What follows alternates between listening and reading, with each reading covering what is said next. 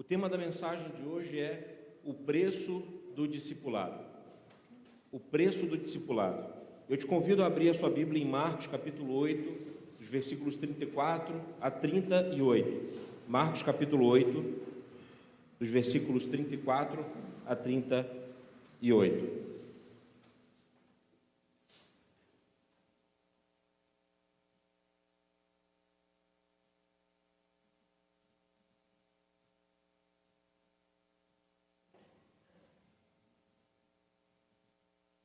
O texto diz assim: Então ele chamou a multidão e os discípulos e disse: Se alguém quiser acompanhar-me, negue-se a si mesmo, tome a sua cruz e siga-me. Pois quem quiser salvar a sua vida, a perderá, mas quem perder a vida por minha causa e pelo Evangelho, a salvará. Pois que adianta o homem ganhar o mundo inteiro e perder a sua alma? Ou o que o homem poderia dar em troca de sua alma? Se alguém se envergonhar de mim e das minhas palavras nesta geração adúltera e pecadora, o Filho do Homem se envergonhará dele quando vier na glória de seu Pai com os santos anjos. O nosso discipulado com Cristo tem início quando nós ouvimos e obedecemos a esse chamado: siga-me. Mas anterior a esse convite, Jesus disse: se alguém quiser acompanhar-me, negue-se a si mesmo e tome a sua cruz. Negue-se a si mesmo, tome a sua cruz e siga-me. O pré-requisito para que alguém se torne um discípulo do Senhor é negar-se a si mesmo, tomar a sua cruz e aí então começar a seguir a Jesus como seu Senhor e Salvador individual. Todo crente verdadeiro é um discípulo de Cristo. Quando Cristo deu a grande comissão em Mateus capítulo 28, os versos 19 e 20, era para que seus discípulos fossem por todo o mundo pregando o Evangelho, pregando a palavra de Deus e também fazendo discípulos. Não fazendo discípulos para que se parecessem com aqueles discípulos, mas para que fossem parecidos com Jesus. O cerne do discipulado é convidar pessoas a se parecerem com Cristo. Conduzir pessoas numa vida cristã para que elas venham estar se parecendo e se amoldando à personalidade de Cristo. Vejam o que o Senhor diz no verso 19 e 20 de Mateus 28. Portanto, ide, fazei discípulos de todas as nações, batizando-os em nome do Pai, do Filho e do Espírito Santo, ensinando-os a observar todas as coisas que eu vos tenho mandado, e eis que estou convosco todos os dias, até a consumação dos séculos. Nesse verso nós, além de recebermos uma grande comissão, também recebemos uma promessa: eis que estou convosco todos os dias, até a consumação dos séculos. Nós atendemos ao chamado de negar a nossa cruz, de negar a nós mesmos, de carregar a nossa cruz, de seguir a Cristo, e recebemos dele uma grande promessa de que ele estará conosco todos os dias até a consumação dos séculos. A palavra discípulo é usada como sinônimo de crente, cristão, em todo o livro de Atos, por exemplo. Em Atos capítulo 6, no verso 2, diz assim: E os 12, convocando a multidão dos discípulos, disseram: Não é razoável que nós deixemos a palavra de Deus e sirvamos as mesas. Havia uma discussão dizendo que, olha, o verdadeiro discípulo de Jesus, ele precisa dedicar a sua vida a servir os outros, servir as mesas, participar de ações sociais, mas a principal função de um discípulo é pregar a palavra de Deus. Se ele não fizer isso primordialmente, nada mais faz sentido. Atos capítulo 11, no verso 16, diz assim: E tendo-o achado, o levou para Antioquia, e durante um ano inteiro reuniram-se naquela igreja e instruíram muita gente. E em Antioquia os discípulos, pela primeira vez, foram chamados cristãos. Instruíram muita gente naquela igreja de Antioquia. E pela primeira vez, aqueles discípulos começaram a ser chamados cristãos, seguidores de Cristo. Quando Jesus chamou seus discípulos, os instruiu claramente sobre o custo para se tornarem discípulos, o custo para seguir a Cristo. Mateus 19, dos versos 16 ao 22, diz assim: eis que alguém se aproximou de Jesus e lhe perguntou: mestre, o que farei de bom para ter a vida eterna? Respondeu-lhe Jesus: por que você me pergunta sobre o que é bom? Há somente um que é bom. Se você quer entrar na vida eterna, obedeça aos mandamentos. Quais? Perguntou ele. E Jesus respondeu: não matarás, não adulterarás, não furtarás, não darás falso testemunho, honra o teu pai e tua mãe, e amarás o teu próximo como a ti mesmo. Disse-lhe então o jovem: a tudo isso tenho obedecido, o que me falta ainda? Jesus então respondeu: se você quer ser perfeito, vá, venda os seus bens e dê o dinheiro aos pobres, e você terá um tesouro no céu. Depois venha e siga-me. Ouvindo isso, o jovem afastou-se triste porque tinha muitas riquezas. Depois desse episódio, nunca mais se ouviu falar desse jovem rico na Bíblia. A palavra diz que ele se afastou triste porque ele tinha muitas riquezas que ele precisava renunciar. Como discípulos de Jesus, nós precisamos renunciar àquilo que nós colocamos como riqueza nas nossas vidas. As principais características do preço do discipulado cristão, estão em Mateus capítulo 10, dos versos 32 ao 39. O primeiro ponto é que para ser discípulo de Cristo, é preciso estar disposto a confessá-lo diante dos homens. No verso 32 do capítulo 10 de Mateus diz: quem, pois, me confessar diante dos homens, eu também o confessarei diante do meu Pai que está nos céus. E no 33 diz: mas aquele que me negar diante dos homens, eu também o negarei diante do meu Pai que está nos céus. A palavra confessar significa afirmar, reconhecer e concordar absolutamente com aquilo que está sendo pregado. O Senhor está dizendo: para que seja meu discípulo, você precisa confessar a mim diante dos homens. Você precisa viver de acordo com aquilo que está escrito na minha palavra. Você precisa reconhecer que eu sou o proprietário e condutor da sua vida e tudo o que faz parte dela. Essa declaração trata-se de uma declaração de identificação de fé, de confiança e de responsabilidade. Quando nós nos dizemos que somos discípulos de Cristo, nós estamos dizendo para o mundo que mesmo em circunstâncias contrárias, jamais teremos o receio de afirmar que é o Senhor que conduz a nossa vida, de afirmar que a nossa fé está depositada única e exclusivamente nele, e não em outra pessoa e não em coisas. Um discípulo de Jesus sabe, como diz em Romanos capítulo 1, no verso 16, que ele não tem motivo nenhum para se envergonhar da fé dele. A palavra diz em Romanos capítulo 1, no verso 16, porque não me envergonho do Evangelho, pois é poder de Deus para a salvação de todo aquele que crê. A palavra de Deus precisa ser pregada através da nossa vida, porque ela é poder de Deus para a salvação de todo aquele que crê.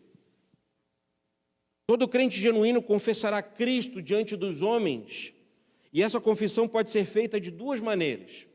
Primeiro, com os nossos lábios, afirmando que nós pertencemos, cremos e proclamamos a Cristo. Romanos 10, 9 diz: porque se com a tua boca confessares a Jesus como Senhor, e em teu coração creres em Deus, creres que Deus o ressuscitou dentre os mortos, você será salvo. Se com a sua boca confessares, você será salvo. Nós precisamos aproveitar e fazer uso da nossa palavra, das linguagens que nós utilizamos para proclamar o Senhor. Isso tem o valor se expressarmos essa palavra com um coração sincero, genuíno e racionalmente dizendo: Senhor, Tu és o Deus da minha vida. Proclamando isso para quem convive conosco, dizendo: é o Senhor que conduz a minha vida. Tudo que acontece comigo, acontece porque o Senhor providencia na minha vida. A segunda maneira em que nós podemos confessar a Cristo, além de fazer isso com os nossos lábios, é através do nosso testemunho. Tito 1,16 diz: afirmam que conhecem a Deus, mas pelas suas obras o negam, sendo abomináveis e desobedientes. E réprobos para toda boa obra. O discípulo de Jesus, ele precisa ter a fala e a conduta sendo expressas da mesma maneira. Quantas vezes nós pecamos porque falamos e não praticamos? Quantas vezes pregamos e não praticamos aquilo que está sendo pregado por nós? Nós confessamos a Cristo e confessamos para o mundo que somos discípulos de Jesus quando fazemos isso com os nossos lábios e principalmente com o nosso testemunho. Dependendo do nosso procedimento, da nossa atitude no mundo, estaremos confessando ou negando a Cristo. Nós precisamos ter consciência disso. Essa confissão a Cristo, ela deve ser feita não internamente, para que só você saiba, mas a palavra diz que ela precisa ser feita diante dos homens. Não me envergonho do Evangelho, porque ela é poder de Deus para a salvação. Isso equivale a dizer que a confissão, ela é o meio pelo qual nós evangelizamos aqueles a quem nós queremos que Jesus seja conhecido. Em um mundo em que nós vivemos e que Cristo tem sido apresentado de maneiras tão distorcidas, a confissão pública de um verdadeiro discípulo de Jesus é papel fundamental para que as pessoas tomem conhecimento de quem é o verdadeiro Cristo. Quem é Jesus? Quem é Jesus? As pessoas observam a nossa vida. Romanos 10, 10 diz: pois é com o coração que se crê para a justiça, e com a boca se faz confissão para a salvação. Eu me lembro de quando eu era pequeno, todo culto público tinha um momento de testemunhos. Aquele era o momento da igreja, mas tinha vários visitantes ali naquele culto, e quando eles ouviam um testemunho pessoal de alguém, essa pessoa era enchida de fé e conduzida a crer em Jesus, porque o testemunho pessoal serviu para a salvação de alguém. Serviu para conduzir aquela pessoa que estava ouvindo, visitando aquela igreja, a conhecer Jesus, entregar a sua vida a Ele, se arrepender dos seus pecados e então participar do corpo de Cristo como discípulo. Se o coração crê de verdade, a boca sempre estará ansiosa para falar de Cristo. Aquele verdadeiro discípulo sabe que ele precisa aproveitar todas as oportunidades para fazer isso. Profissionalmente, socialmente, dentro da família. Quantas vezes nós não conseguimos perceber que Deus conduz a nossa vida na escolha de uma profissão, na entrada em uma empresa para trabalhar, porque aquele é um momento em que Deus está te dando a oportunidade para levar o Evangelho em lugares que talvez um pastor não entraria, um missionário não entraria. Os círculos em que nós convivemos estão carentes de ouvir uma palavra de esperança e salvação. Às vezes a sensação que eu tenho quando eu falo com alguém que não conhece a Cristo é que eles são como uma esponja em que você joga uma gota de água e aquela água some, de tão ansiosa, um profundo anseio por receber uma palavra de esperança, em que ela quer mais, ela quer mais, ela quer mais. Nós precisamos confessar a Cristo em todos os lugares que nós convivemos. Essa confissão indica a nossa permanência em Deus e a permanência de Deus em nós. Se alguém confessa publicamente que Jesus é o Filho de Deus, Deus permanece nele e ele em Deus. 1 João 4,15. A confissão de coração acerca de Jesus como Filho de Deus, ela confirma a evidência da nossa comunhão com o próprio Deus. Quando nós confessamos a Cristo, confessamos que somos de Deus, confessamos que entregamos a nossa vida para um Salvador, e esse Salvador é Jesus, nós estamos fazendo isso, seja pela nossa boca, seja pela nossa conduta, nós estamos dizendo de coração que Deus é quem controla tudo que acontece na nossa vida. A confissão de coração acerca de Jesus como Filho de Deus confirma a evidência da comunhão de Deus, que temos com Deus. Se nós não temos comunhão com Deus, nós não temos confiança para proclamar essa palavra de salvação. Quanto mais você conhece uma pessoa, mais você confia nela. Quanto mais você confia nela, mais você entrega a sua vida para ela. Assim acontece no nosso relacionamento com Cristo. Nós precisamos dedicar tempo para conhecer mais o nosso Salvador. Essa confissão também determinará a confissão que Cristo fará de nós no dia do grande juízo. Mateus 10, nos versos 32 a 33, diz: quem, pois, me confessar diante dos homens, eu também o confessarei diante do meu Pai. Nós temos um justo juiz, um advogado perfeito, que conseguiu trazer o perdão de todos os nossos pecados. Aquele pecado que nos afastava do relacionamento pessoal com Deus, foi perdoado e através do sacrifício de Cristo, que nós celebramos hoje, através de um memorial, determinou essa religação, e nós precisamos confessar isso publicamente. Se nós não fizermos isso, nós não conseguimos evidenciar a nossa comunhão com Deus. Confesse a Cristo diante dos homens. Aproveite todas as oportunidades para confessar a Cristo diante dos homens. Para ser um discípulo de Cristo é preciso estabelecer prioridades. Mateus, no capítulo 10 ainda, dos versos 34 a 37, diz: não penseis que vim trazer paz à terra, mas vim trazer guerra, espada. Porque eu vim pôr em dissensão um homem contra seu pai, a filha contra sua mãe, a nora contra sua sogra, e assim os inimigos do homem serão os da sua própria casa. Quem ama o pai ou a mãe mais do que a mim, não é digno de mim. E quem ama o filho ou a filha mais do que a mim, não é digno de mim. Uma marca do verdadeiro discípulo de Cristo é que ele ama a Cristo mais do que a sua própria família. No verso 37 fica muito enfático essa verdade. Isso quer dizer que se for preciso para obedecer a Deus, você precisa negar a sua própria família. É melhor negar ao pai terrestre do que negar a um pai celeste. Essa é uma palavra dura, mas é uma palavra verdadeira. É melhor negar a um irmão terrestre do que negar a Cristo.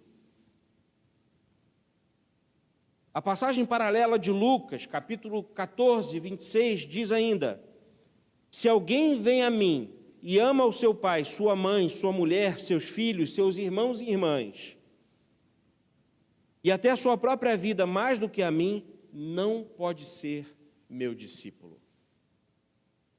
Cristo é prioridade na vida de um discípulo verdadeiro.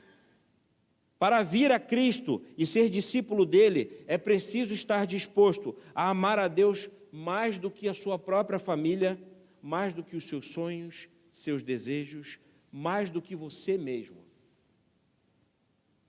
A palavra de Deus nos ensina valores e compromissos que temos com os nossos familiares. Cristo não está dizendo, abandone a sua vida familiar, abandone seus filhos, seus pais. Ele está dizendo, estabeleça prioridades.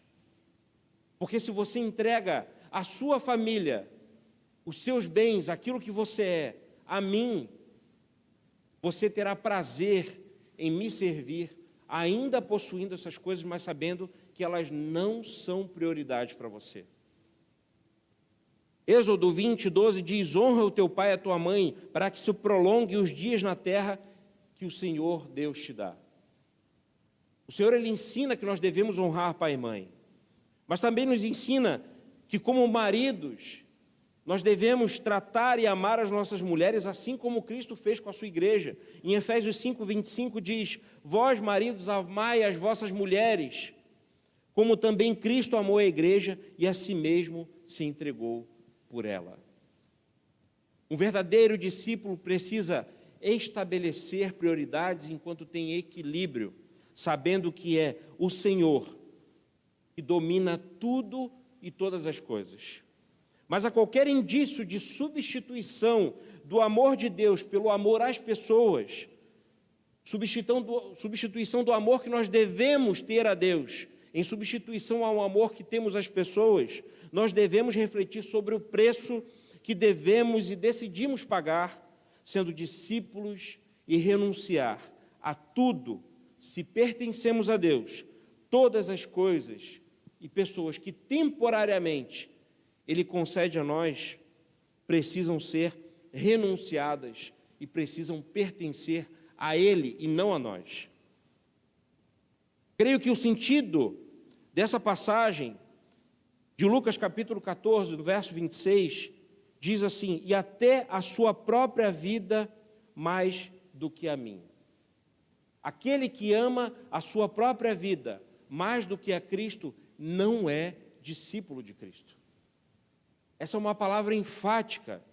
Essa frase fala de fidelidade absoluta, acima de laços de amizade, laços profissionais, laços familiares, acima de nós mesmos. Nós precisamos renunciar a nós mesmos, carregar a nossa cruz e então seguir a Cristo. Vejamos o que alguns escritos da Bíblia dizem sobre esse assunto. Somos ensinados a negar a nós mesmos. Em Mateus 16:24, quando Jesus disse aos seus discípulos, se alguém quiser acompanhar-me, negue-se a si mesmo, tome a sua cruz e siga-me. Vocês estão percebendo que eu estou repetindo esse versículo várias vezes? Porque é o mandamento estabelecido por Jesus. Não tem como seguir a Jesus sem negar a si mesmo e carregar a sua própria cruz. Não tem como seguir a Cristo e ainda ser refém das próprias opiniões, dos próprios desejos. Nós somos ensinados em Romanos, capítulo 6, no verso 11, a nos considerarmos mortos. Da mesma forma, considerem-se mortos para o pecado, mas vivos para Deus em Cristo Jesus. Nós precisamos nos considerar mortos para o pecado. Considerar que nós precisamos viver para Cristo e não para os nossos desejos. Nós somos ensinados a tratar o nosso egocentrismo com o maior desprezo. A palavra nos ensina que é necessário para o discípulo fazer uma autoanálise, não olhar para o outro, mas analisar a si mesmo. 1 Coríntios 9:27, Paulo escreveu, mas esmurro o meu corpo e faço dele meu escravo, para que depois de ter pregado aos outros, eu mesmo não venha a ser reprovado. Paulo tinha preocupação de ter equilíbrio e saber que aquilo que ele pregava, a sua conduta era verdadeira. Verdadeira que vinha a partir de um discípulo de Cristo. Ele suplicava dizendo: Senhor, eu não quero ser reprovado, mesmo depois de ter pregado a muitos, depois de ter plantado igrejas, feito diversas viagens missionárias, que eu não venha ser reprovado. Por que Cristo usa essa linguagem tão pesada para falar do discipulado e o preço do discipulado? Porque ele utiliza exigências que parecem às vezes ser tão ofensivas para nós. É porque ele deseja espantar para longe aqueles que não querem se comprometer. Deus, ele exige que nós prestemos um culto racional e não emocional. Ele deseja atrair para si os verdadeiros discípulos, aqueles que estão dispostos a negarem-se a si mesmo, carregar a sua cruz e então seguir a Ele. Ele não quer que pessoas de coração dúbio sejam enganadas, pensando que fazem parte do reino de Deus, quando na verdade não fazem. Essa é uma palavra dura mesmo, mas é uma palavra que nós precisamos refletir e entender que, para ser discípulo de Cristo, nós precisamos estar dispostos a carregar o preço, pagar o preço do discipulado. Tome a sua cruz e siga-me. No verso 38 do capítulo 10 de Mateus, a palavra diz: e quem não toma a sua cruz e não me segue, não é digno de mim. Quem não toma a sua cruz e não me segue, não é digno de mim. Tomar a cruz implica em perder a própria vida. Significa estar disposto a morrer para si mesmo. O verdadeiro discípulo de Cristo, ele não somente aceita a vontade de Deus, mas ele se submete a ela. E existe uma diferença muito profunda, existe um abismo entre essas duas palavras. Aceitar e obedecer à vontade de Deus e ser submisso a ela são coisas totalmente diferentes. Os meus filhos, muitas vezes, obedecem alguma ordenança que eu dou a eles, alguma ordem, porque eles têm medo das penalidades que podem vir pela desobediência daquilo. Pode vir o castigo, pode acontecer o uso da varinha. Mas quando eles entendem que, como pai, eu dou instruções porque eu os amo, eles se submetem à minha vontade. Nós precisamos nos submeter à vontade de Cristo. Submissos à vontade de Cristo. 1 Coríntios, capítulo 1, verso 18, diz: pois a mensagem da cruz é loucura para os que estão perecendo, mas para nós que estamos sendo salvos, é poder de Deus. Hebreus 12, 2 diz: tendo os olhos fitos em Jesus, autor e consumador da nossa fé, ele, pela alegria que lhe fora proposta, suportou a cruz, desprezando a vergonha, e assentou-se à direita do trono de Deus. Se Cristo se submeteu à vergonha de ser crucificado por pecados que ele não cometeu, o que diremos nós desse desafio em que ele nos convoca a renunciar a nós mesmos, nos submetermos a ele, carregar essa cruz e seguir a ele? A cruz é um instrumento obrigatório para aquele que aspira o verdadeiro discipulado de Cristo. Lucas 14, 27 diz: aquele que não carrega a sua cruz e não me segue, não pode ser meu discípulo.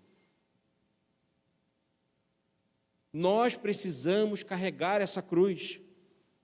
Jesus estava se referindo a um estilo, a um padrão, e estava afirmando que os verdadeiros discípulos não recuam quando têm a sua fé desafiada.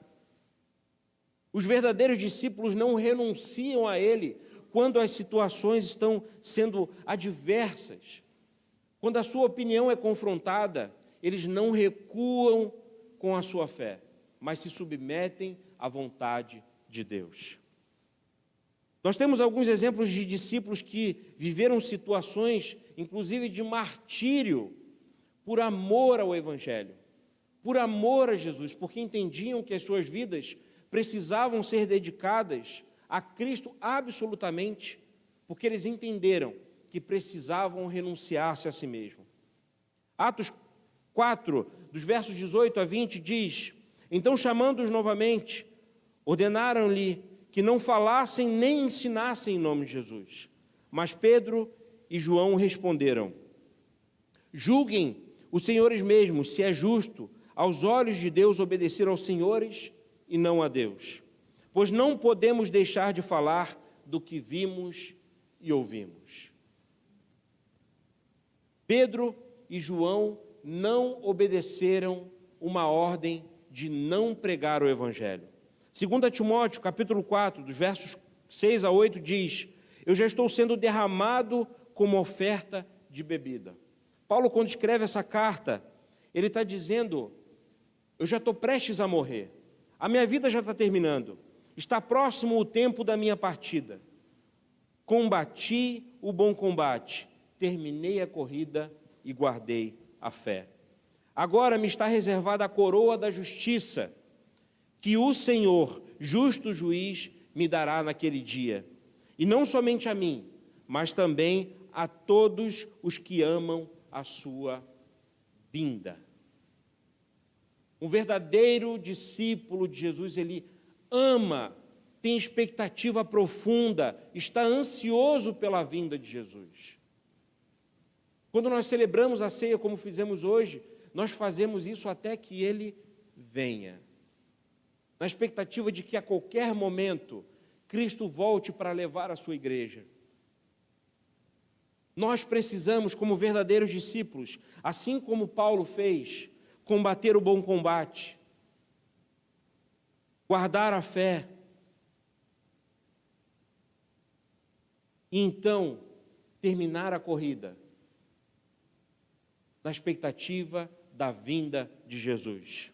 Atos 12, no verso 1 ao 4, diz: o rei Herodes prendeu alguns que pertenciam à igreja com a intenção de maltratá-los e mandou matar à espada Tiago, irmão de João. Vendo isso, que isso agradava aos judeus, prosseguiu prendendo também Pedro, durante a festa dos pães sem fermento. Tendo-o prendido, lançado no cárcere, entregando-o para ser guardado por 4 escoltas de 4 soldados cada uma. Herodes pretendia submetê-lo a um julgamento público depois da Páscoa. Pedro estava sendo ali torturado e servindo de exemplo público diante daqueles homens para quem Jesus tinha vindo para proclamar uma palavra de salvação, os judeus, que não aceitaram aquela verdade. Mas algumas pessoas escolheram ser discípulos de Jesus, e Pedro era uma delas. Nós temos episódios em que Pedro chegou a negar a Cristo, e depois então ele entende que a sua vida precisava ser um exemplo vivo de salvação e uma salvação transformadora. E quando ele chega ao ponto de ser preso pelo Evangelho, porque o rei Herodes tinha a intenção de usar ele como exemplo, ele não negou a Jesus. Para ser discípulo de Cristo é preciso estar disposto a sofrer as maiores afrontas e morrer, se preciso for, pelo seu nome. Essa morte, ela não é uma morte física, muitas vezes. Pode ser uma morte que mora no nosso coração, alguma coisa que está viva no nosso coração que nos faz negar a Cristo, através das opiniões que nós damos, da nossa participação em algumas situações. Nós precisamos negar a nós mesmos. Ser discípulo de Cristo também faz de você um intercessor. Em Atos, capítulo 12, no verso 5, um verso depois desse que a gente leu, em que Pedro foi preso, a palavra diz que preso então ficou detido na prisão, mas a igreja orava intensamente a Deus por ele. O verdadeiro discípulo entende que a sua vida precisa ser dedicada à intercessão, à oração. Quanto mais nós nos aproximamos de Deus em oração, mais parecemos com Ele. Quanto mais nós nos aproximamos de Deus em oração, mais nós reconhecemos a sua voz. Quanto mais nós nos aproximamos de Deus em oração, nós entendemos que precisamos orar pela igreja do Senhor, por aqueles que estão fracos. Entendem que precisam ser um intercessor intenso. E para concluir, irmãos, o preço do discipulado, ele é alto. Todos os que quiserem seguir a Jesus terão que estar dispostos a pagar um preço. Caso contrário, jamais serão verdadeiros discípulos. Não há lugar no reino de Deus para aqueles que não se submetem à vontade de Deus. E muitas vezes, o verdadeiro discípulo ele precisa abrir mão dos seus relacionamentos. O verdadeiro discípulo, ele precisa abrir mão dos seus sonhos. O verdadeiro discípulo, ele precisa abrir mão dos seus recursos e entender que a sua vida pertence, é conduzida e é sustentada pelo Senhor. Lembre-se do que Paulo escreveu a Timóteo, em 2 Timóteo, capítulo 4, versos 7 e 8. Combati o bom combate, terminei a corrida, guardei a fé. Agora me está reservada a coroa da justiça que o Senhor, justo juiz, me dará naquele dia, e não somente a mim, mas também a todos que amam a sua vinda. Nesse momento, enquanto o coro jovem vem, eu te convido a refletir sobre essa palavra, entendendo que você, como discípulo de Jesus, precisa estar submisso a Ele, entregando tudo aquilo que você tem, aqueles a quem você tem, diante do Senhor, sabendo que nada pertence a você, mas sim a Deus.